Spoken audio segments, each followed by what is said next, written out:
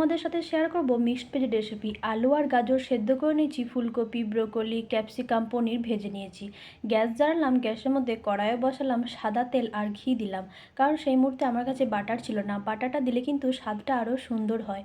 তারপর গোটা গরম মশলা দিয়ে দিলাম, পরিমাণ মতো আদাও দিলাম। এর মধ্যে থেকে সুন্দর সেন্ট বেরোনোর পর পেস্ট করে রাখা চারমগজ, কাজু বাদাম, পোস্ত অ্যাড করে দিলাম।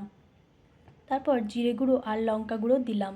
সমস্ত উপকরণ ভালো করে মিশিয়ে নেওয়ার পর যে বাটিটাতে আমি পেস্ট করে রেখেছিলাম সেই জলটাও কিন্তু অ্যাড করে দিলাম।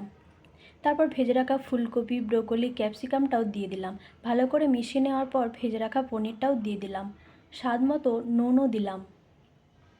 যেহেতু আমি আগে থেকে আলু আর গাজর সেদ্ধ করে রেখেছিলাম সেটা পরেই দিলাম। তারপর মটরশুঁটিও দিয়ে দিলাম। পরিমাণ মতো জলও অ্যাড করে দিলাম, কিছুক্ষণের জন্য ফুটতে দিলাম। দেখো, তারপর পরিমাণ মতো চিনিও দিয়ে দিলাম। তারপর শাহি গরম মশলা আর নামানোর আগে ঘিটাও দিয়ে দিলাম। আমার কিন্তু মিক্সড ভেজ রেসিপি নিরামিষ দিনে খেতে দারুণ হয়, তোমরাও একদিন বানিয়ে দেখো।